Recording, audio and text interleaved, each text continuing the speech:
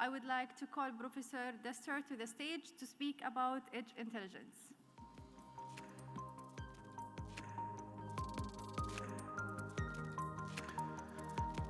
Thank you very much for your kind introduction. So in this session, we will discuss edge intelligence and the research opportunities I see lying in front of us. And in particular, I would like to stress the distributed computing continuum, as I call it, and I will explain what I mean with the distributed compute continuum. So as we all witness today, the current state is that distributed systems are really key to our society. They underlie all the essential critical infrastructures that we have, such as smart cities, healthcare systems, autonomous vehicles, and such. And this interconnectedness, or this fabric of different hardware, software, and people together brings with it complexity. And this brings the issue of how do we address this complexity. As you can see in this picture, we have a whole spectrum, as I call it, the continuum of computing infrastructure out there. We have the IoT devices represented on the left-hand side, the edge domain, edge computing was mentioned today a couple of times, then the fog computing on the higher level of abstraction, and then cloud computing, which is well known in the last 15, 17 years or so. And to make it more interesting, everything is distributed as well. And the question for us is, how do we deal with such a diverse infrastructure, or the distributed compute continuum? If we look at it from a higher level perspective, we can see that we have very different specifications of these different compute devices. We have low reliability, highly volatile, very mobile, energy constrained, typically controlled by users or services on the IoT and on the edge domain on the left-hand side. And as we move to the right, we have edge networks, we have lower latency to the end devices. That's one of the reasons why we now have edge computing, because it has low latency. This is what some applications like in virtual reality require. Also autonomous vehicle require lower latencies that can be provided by cloud computing. As we move to the right, we have the fog computing infrastructure predominantly provided by the telcos. If they ever understand it, that's to be seen, because currently there is no sign that the telcos understand fully what they can do with this business model. And to the far right, we see the cloud domain, which is well known with the unlimited compute storage, etc., high availability, lower cost. Now, if we look at this whole continuum, the question really becomes, how do we design systems? So the systems engineering aspect, which I'm interested. How do we design systems and deploy it over this vast infrastructure, which is operated by different providers with partially different business model, etc. So it's a very practical problem. And in the last decade or so, we have moved completely to the cloud domain. So make no mistake, we are talking about distributed systems, but in reality, it is pretty much centralized. Everything has moved to the cloud, and this is actually now backfiring. We now need to swing the pendulum to the distributed side and to consider also the decentralized infrastructure as well. But how do we do it, right? It's a big question.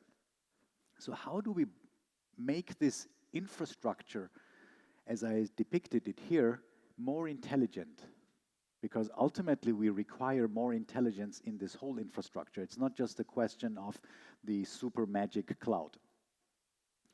I want you to consider an analogy. It's not a perfect one, but I hope that it can help a little bit to understand better the ecosystem that I'm talking about. And the ecosystem that I'm talking about is us.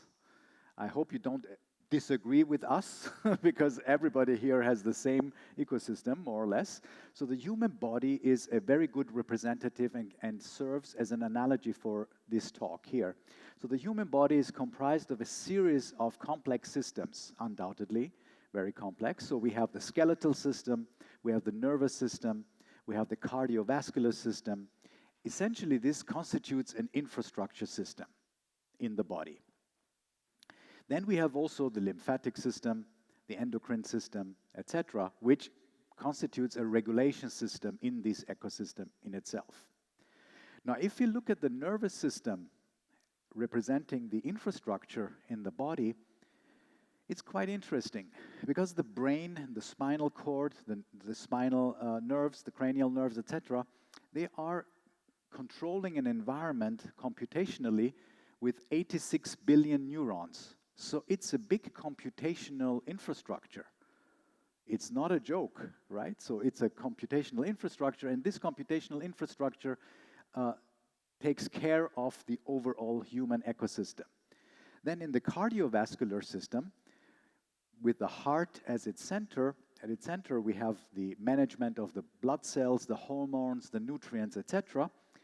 And most of the people still think that the heart is just a mechanical pump. This is very far from the truth.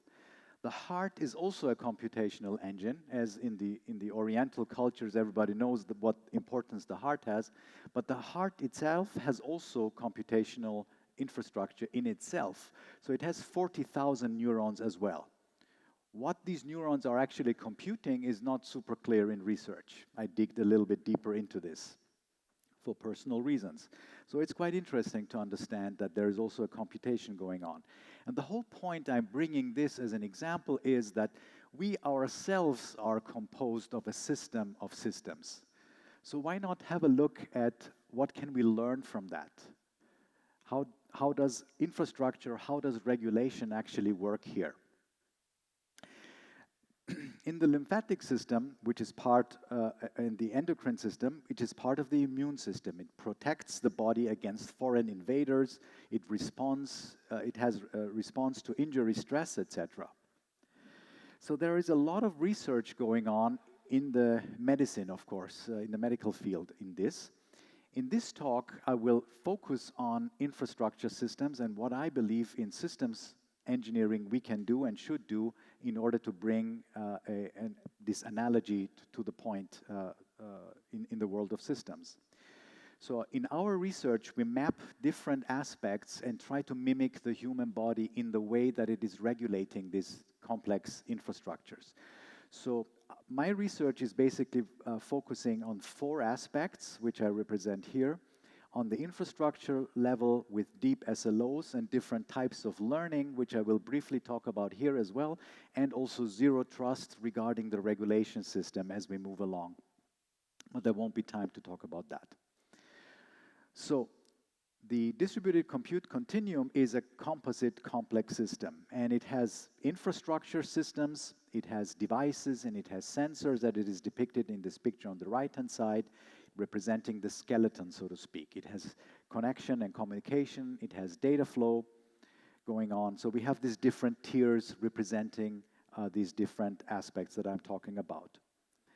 Now, the question is, how do we actually implement these things that I was talking about before, about the infrastructure systems in this world of edge, fog, and cloud computing tier? And how do we actually learn and build knowledge? Because the current state of research is that the whole magic essentially happens on the cloud, meaning that this would be equivalent to everything happening in the brain. This is not the case. So we have plenty of stuff going on in our human body which the brain is not aware of because it is delegated to subsystems, if you can speak about subsystems. And it's ultimately the most complex thing that we know, meaning that you cannot control the liver function, kidney function, etc. It is just happening. And similarly, I would like to draw your attention to this analogy. I think that we need to build systems where the intelligence is already in the infrastructure itself. And of course, also regulating it. So meaning that we have to deal with elasticity, something that we are also possessing. So we have elasticity in our human body, in showcasing with different stress, but also even in the brain itself, where it is called plasticity, the ability to change and adapt.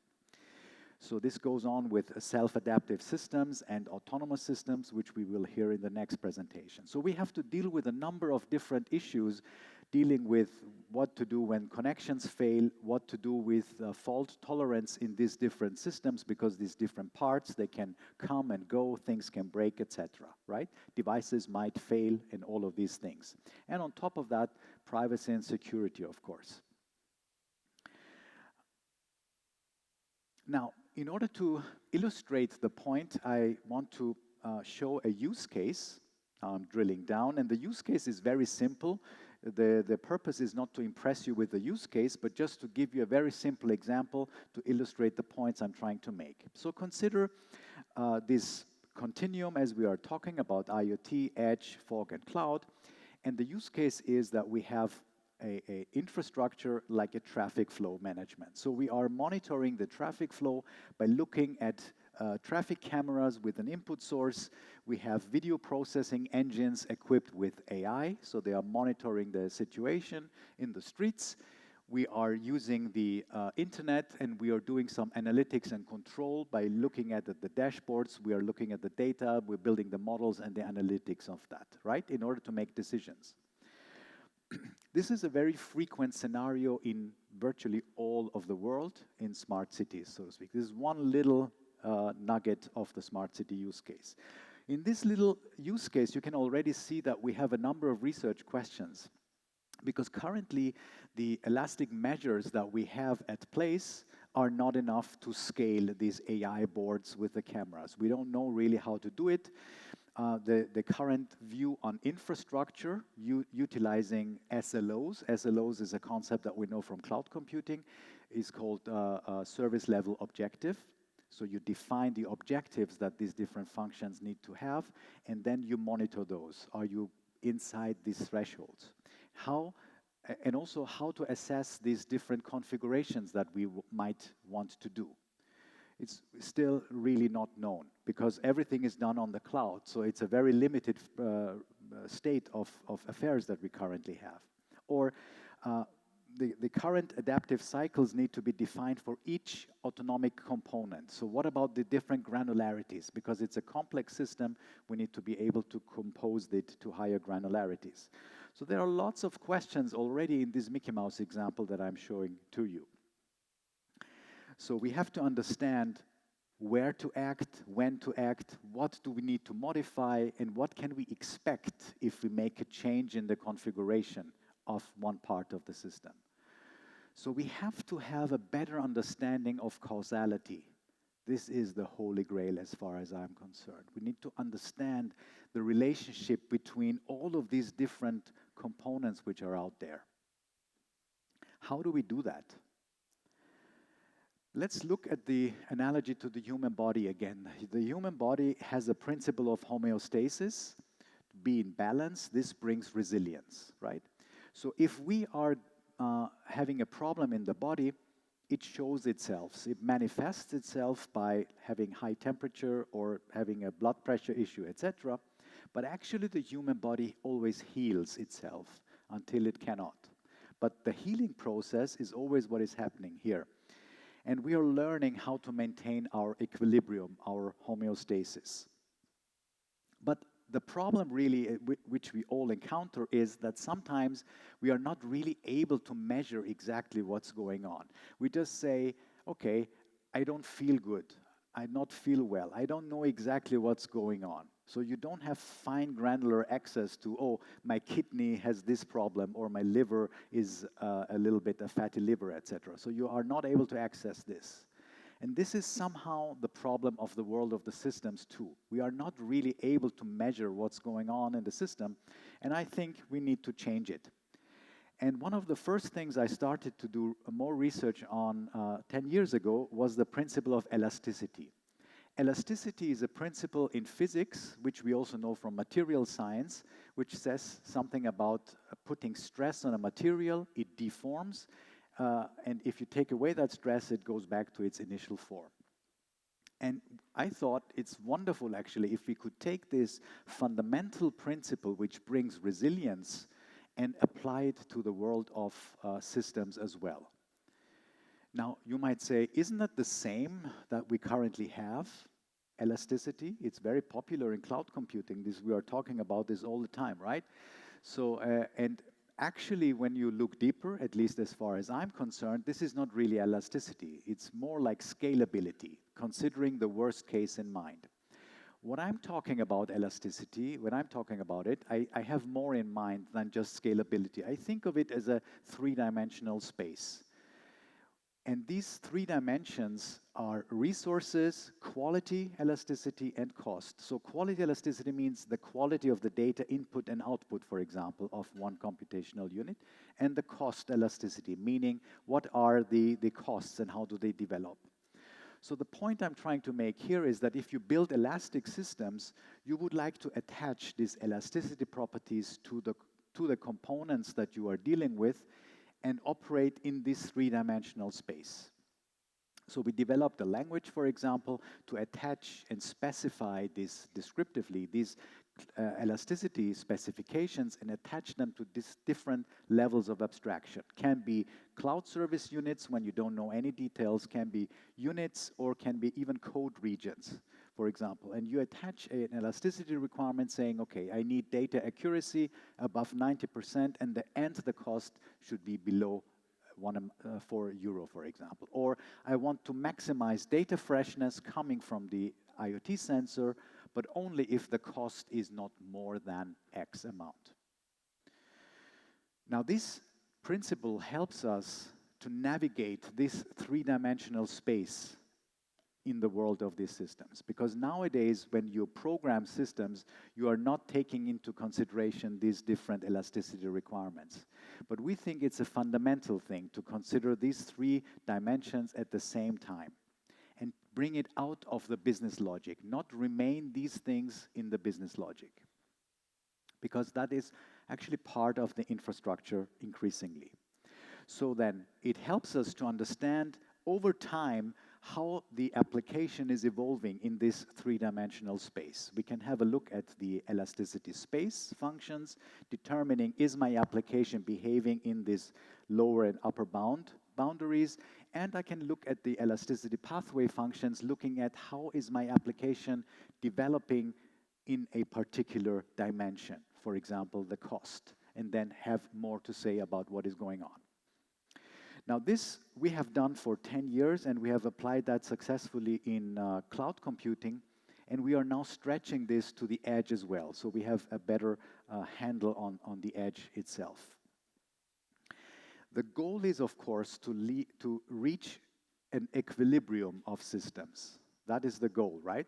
Similar to the human body, we want to reach an equilibrium, not like this ship, but to have a system which can have several operational equilibria. So it's not just one equilibrium state, but it's actually multiple states that can be achieved and are sufficient for functioning. So the approach that we take is that we look at this Cartesian blanket in this three-dimensional space with resources, cost, and quality, and we apply service level objectives in this three-dimensional space. And they represent thresholds in this Cartesian space, and the system space then is delimited within such a hexahedron. So there is a minimum and a maximum value for each of these variables that we are talking about. So the actual infrastructure characteristics can be then represented inside these points in this hexahedron. All the valid configurations are inside this box. So we can say that we can span a blanket over the possible configurations, which is represented. So it's just a visual idea to show this, right? But still the problem is, how do we actually do it? Because this is just a conceptual view to understand, okay, we have this three-dimensional space.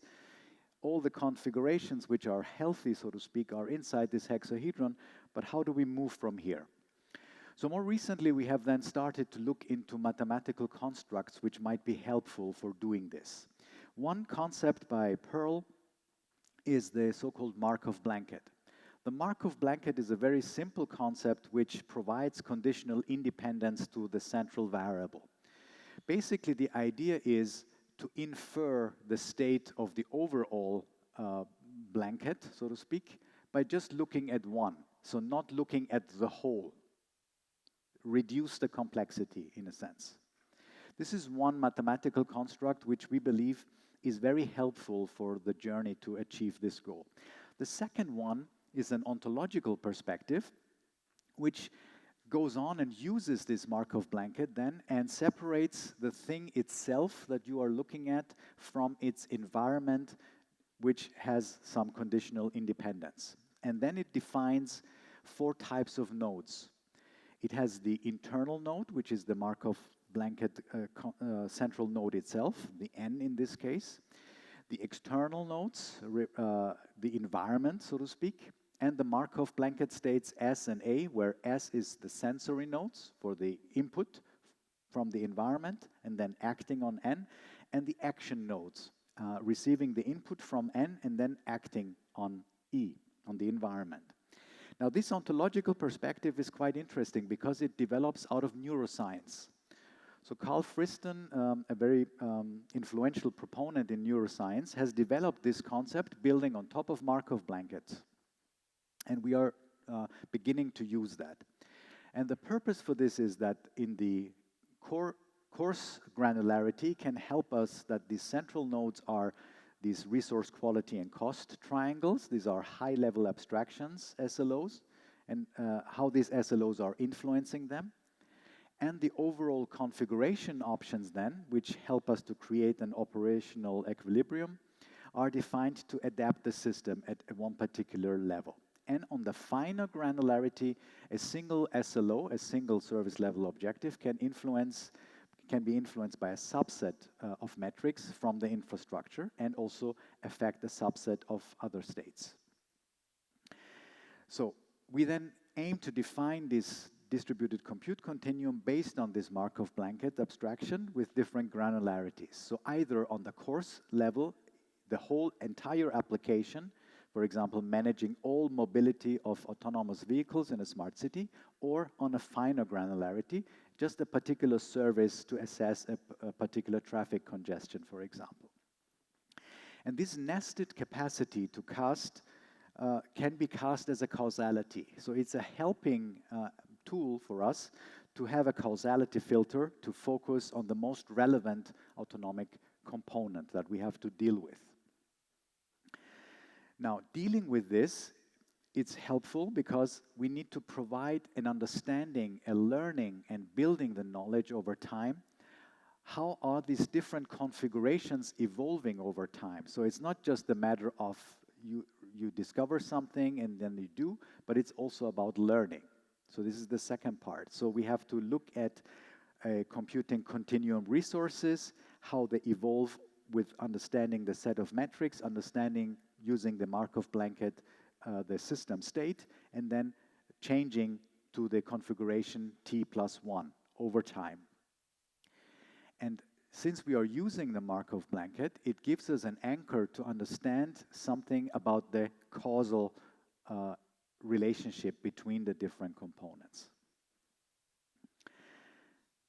One aspect that I would like to highlight, what we are currently working on, is what we call deep SLOs.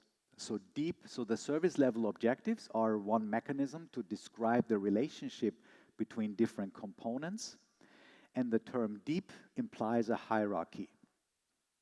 So deep SLOs then are a hierarchically structured set of SLOs that relate causally and purposefully and holistically integrating all the different system needs.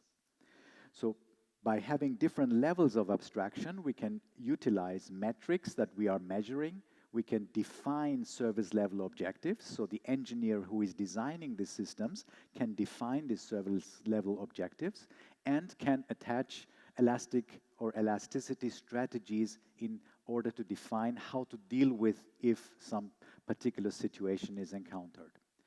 And by doing this, we take out this way how we handle different configuration options out of the business logic and bring it closer to the infrastructure.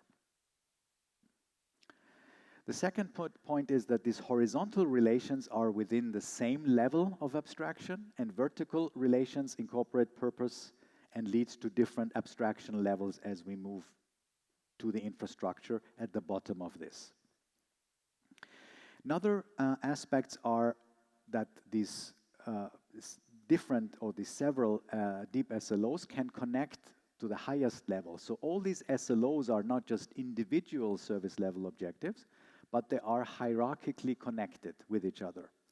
So this means that every decision that also is being taken on the lower level is purposefully connected to the higher level. So for example, if something is changing on the bottom level, you can also say something about the prediction, what is going to happen on the business side level as well. Because if you have defined service level objectives which are connecting business metrics to lower level metrics, you can say something about its relationship, which is currently not possible. So the service level objective world is currently on a purely technical level. Service level objectives are dealing maybe with CPU metrics. But this is not good enough to tell you really about the business value on the higher level. So the trick is, how can we connect this? And then, of course, you can also specify transversal functions, such as privacy, security, also energy efficiency, right? So if you have the energy efficiency encoded in the service level objectives, then you are able to say, okay, if the energy cost is such, this automatically leads to a different topology in this whole compute continuum, and you can reconfigure things more or less automatically. So if you think about the use case that I was introducing initially, it means that a very simple use case is already complex, of course, because it's mapped on these different parts of the infrastructure. But we have these SLOs mapped out on these different parts of the infrastructure, combined with these elasticity strategies. But we have this link from the business side to the application to the infrastructure. And this is something that turns out to be very helpful, because we can say something about the overall state, but we can say something about the different costs, about the expected energy usages or the resources used. And we have applied that in a concrete project, which we are working on with FutureWay in California. And we have put that open source. So since last year, it is carried by the Linux Foundation. And it's called Polaris. So here we do SLO management with Polaris. And the core concept is essentially what I was describing to you, and we have implemented that with controllers. They are called Polaris controllers, and it's open source. You see the website. You are happy to go there and check it out and give us feedback. And they are now implemented as customized Kubernetes controllers, but in fact they are independent. So you can use them as different with different controllers as well. So here you can specify custom SLOs based on TypeScript. You can monitor these SLOs with different models like predictive based on LSTM, or you can monitor the resources. And then more importantly, you can also enforce these SLOs during runtime, because everything that we do is linking design time and runtime at the same time. So we monitor the different components in the infrastructure by defining this as SLOs, as I was saying, and also controlling these SLO strategies. And everything is published, and you can access that on my homepage as well. So it's actually also operational and being implemented as we speak. So the research line essentially is as follows. So we look at Markov models, the Markov Blanket in particular. We look at deep neural network and also agent-based models. So to better understand how to deal with this environment, how to deal with model relations, and how to treat abstractions as we speak. Regarding the research lines of analysis, we think that we can make a progress towards causal inference, because we go beyond just root cause analysis, but we can also look at the interventions that we take and then say something about an analysis of counterfactuals. So in other words, we can say something about what if we change this configuration, how would it impact the overall infrastructure? And we are working together with FutureWay on these by using some data sets that they provide. Regarding the analysis, what we started to look into is, as I was indicating before, the free energy principle of neuroscience. So the free energy principle of neuroscience is a concept developed by Friston, and he builds on these Markov blankets, and it is apparently built on top of how the brain works. So the way that humans work, and he describes it as the free energy principle, nothing to do with physics here, is that we try to minimize surprise. This is what free energy means here. So we minimize surprise by building a model which is mapped to reality. By minimizing the surprise, we learn. This is the way that we approach things. And what he has shown in his work in neuroscience is an immense body of literature emerged over the last couple of years in this space, is that actually the manipulation of this learning is happening on a scale-free manner, which is absolutely amazing. If that is possible, we can learn in these systems scale-free. So regardless of the scale of the system, we can make progress. That would be fantastic. And we have started to look into this as we move along. But there are also other approaches like Q theory. Different people have done stability analysis for cloud systems, for example, etc. So the free energy principle is something that we want to take on and to look. So based on what I've told you, in this last part, I want to present you a research roadmap, how to do research in this bringing edge intelligence to the reality. And we have created this roadmap by looking at the quality of experience first. So what is it that the user actually encounters first? So these are 5 important ingredients. So first of all, it's about performance. So this is the ratio of computation offloading that you do as when you're using this system. The second one is the cost regarding computation, communication, and energy consumption. The third is about privacy security. So it's related to federated learning. So aggregating local machine models from these distributed edge devices. It's a completely different story with respect to privacy and security. Remember, currently everything is done on the cloud, and the question is what happens if we split it? So split computing, when we have these models on different parts and we have to aggregate them, learn them. Efficiency, can we have excellent performance with a very low overhead and reliability, model upload and download in this wireless network. And this is these 5 experiences is what the end user will experience, and we have mapped that into 2 grand challenges in this topic of edge intelligence. So we look at AI for the edge and AI on the edge. Just let that sink in a little bit, because it's different approaches for different purposes. Let's unpack that.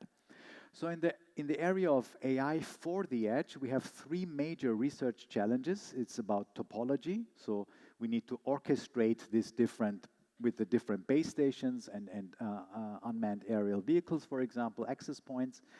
We have to deal with the content, the lightweight service frameworks in this quality of quality of aware services. And we have to deal with computational offloading, user profile migration, etc. Here, we have still many grand challenges. So how do we establish the model? How do we restrain the optimization model? So there is state-of-the-art. Also, we were discussing this yesterday, stochastic gradient descent, etc. But the question is there more? Question about algorithm development. The selection of which of these edge devices should actually be responsible for the deployment and execution in such an online manner is also an open issue. Remember, the topology is changing all the time in this bigger infrastructure, so we need to make informed decision. And of course, this is a combinatorial NP-hard problem, very complex. So we have to constantly do the trade-off between optimality and efficiency in this ecosystem of resource-constrained devices. The second aspect then switches to AI on the edge device, right? So here we have the problem of data availability. So in the big world of machine learning, etc., everything is perfect. We have the number of images or videos goes into this model, everything is beautiful. But the reality is dirty and nothing works like that. So we have no complete set of data coming in. We have a lack of availability of data and usability of this raw training data. And because of that, we have a bias, one of the biggest enemies, right? A bias. You want to avoid the bias. Second big area is model selection. So the state-of-the-art requires need-to-be-trained model. And that, of course, does not work in the need world of AI on cloud computing, everything, we have a clear data set, you learn that everything is beautiful, but in our world of systems, this is simply not the case. It's completely different. So we have to deal with learning accuracy, etc. We have to select the training frameworks, considering all of these accelerator architectures with all of these limited resources. So it's a big mess. And we need to deal with the coordination between all of these heterogeneous devices which are out there. Orthogonal to the question of AI on the edge and AI for the edge, we have the problem of managing the AI workflow itself. In the clean world of AI on the cloud, we have all of these different AI tasks in the workflow of an AI workflow happening there. So the pre-processing, training, evaluating, deploying, and monitoring, etc. is all happening there. The reality is that in this world I have presented to you in the Continuum, it's completely distributed all over the different computing infrastructure. So it spans from the edge to the cloud. And we have listed here the research challenges from C to C, meaning cloud to cloud, C to E, meaning cloud to edge to cloud, and edge to edge, with all of the different data characteristics, model characteristics, and different technologies. It's too many to go there, but you can see the reference and you can study it deeper. It's a huge amount of challenges. So to conclude this presentation, I've given you three major things to consider. One is that we need to leverage the whole compute continuum from the IoT over the edge, fog, and cloud. It's not just a question of cloud. This is a thing of the past 15 years. We have to move on. The pendulum is now swinging to distributed, decentralized. Not just to get rid of the cloud, it will be a composition of this. So we have the IoT edge and we have the cloud. It's not just either or, right? The second aspect I have talked about is all of these aspects of how do you actually learn and manipulate the logic in such a system. So bringing also the edge intelligence closer to being able to engineer that and not just retrospectively understand what is going on.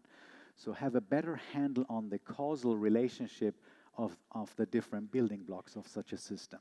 And finally, we talked about the AI for the edge and AI on the edge. So I hope that I could convince you that it is an interesting topic to look also into the systems engineering side of things. And with that, I thank you very much for your attention.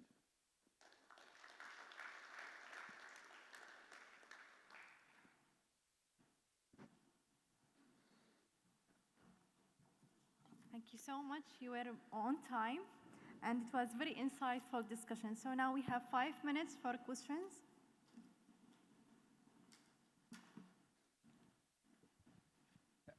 Hi, thanks for the very interesting talk. I have a couple of questions for your approach to solving this problem.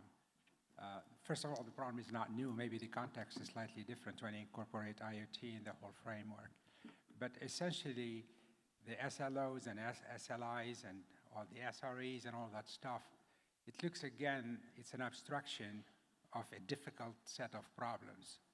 The problem is you have the objectives are typically reliability, time to completion, and then the third one is saving energy. These are actually conflicting objectives. Specifying them is easy. Achieving them is extremely difficult.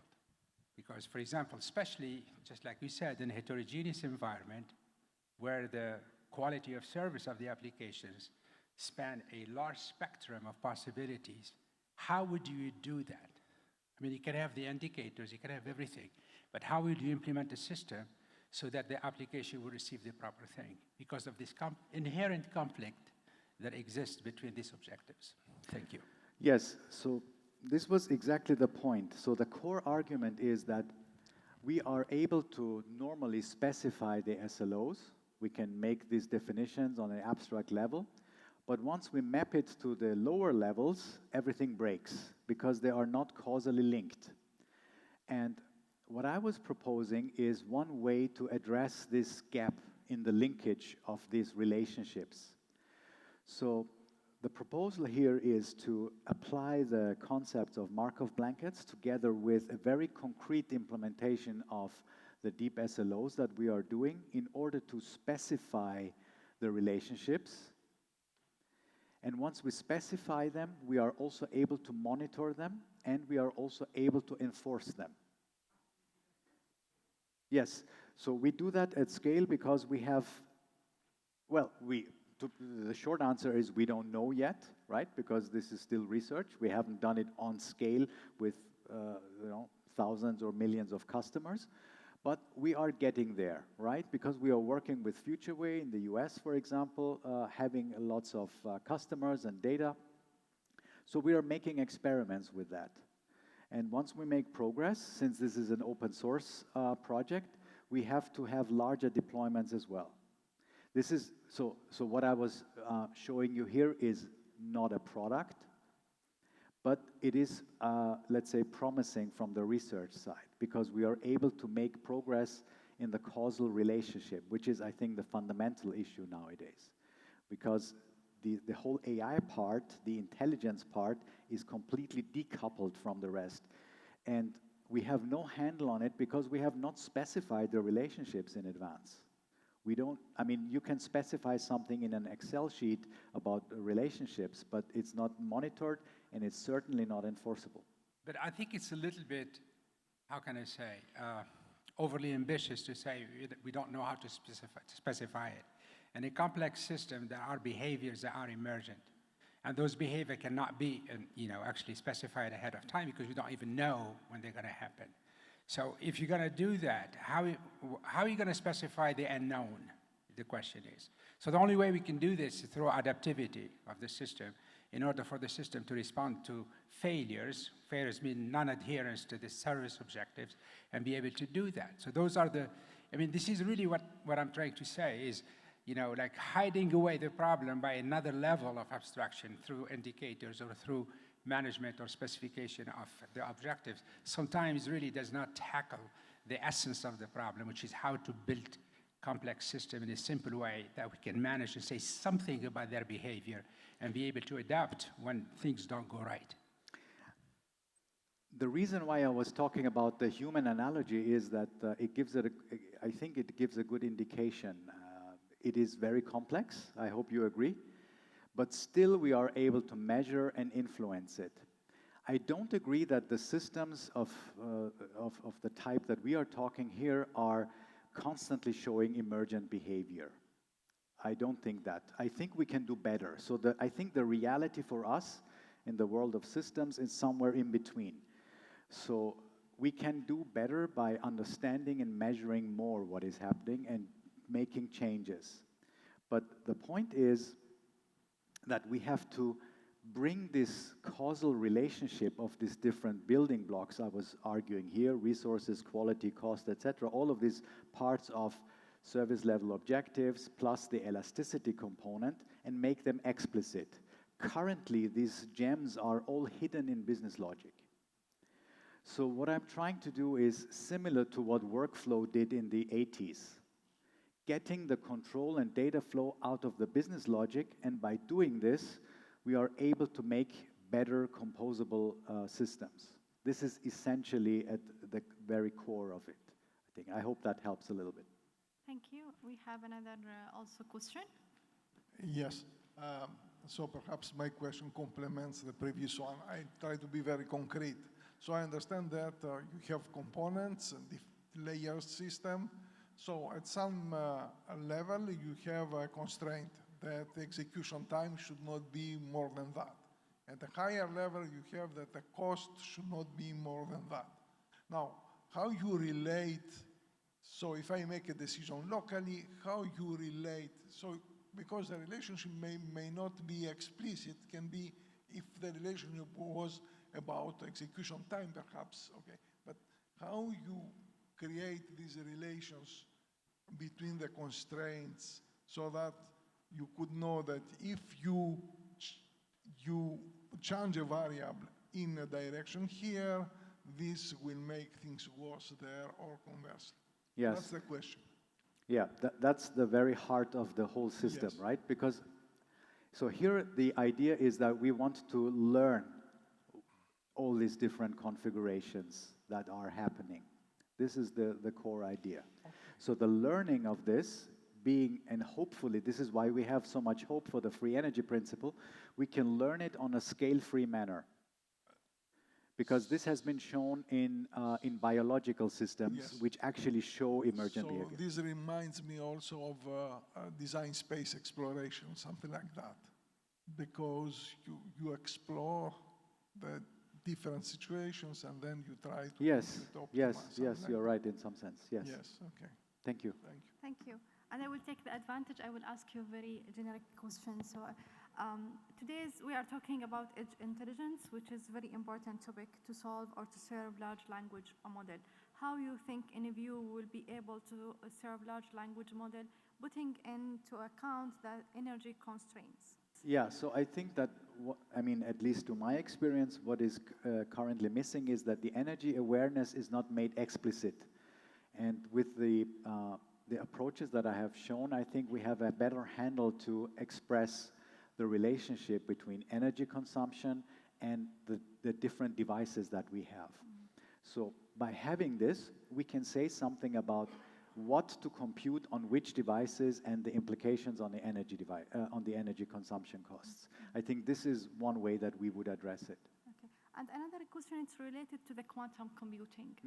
So today we have a community that are studying the quantum computing and the quantum physics. How it will solve the edge computation? Well, we are starting to look with Frank Leimann into the connection between conventional computer architectures, what I'm doing, and quantum computing. And there is some interesting ideas that we want to explore together with quantum computing, but the number of problems are so immense. So for example, the decoherence time in quantum computing, etc., that is not very easy to actually get access and read the results on time. But one thing that is becoming more clear is that it's not either or. In many interesting cases, it is actually a combination of conventional architectures plus the quantum architecture. Perfect. Thank you so much. Thank you. Dustdar, for your time. And Thank you. again, we give applause for him.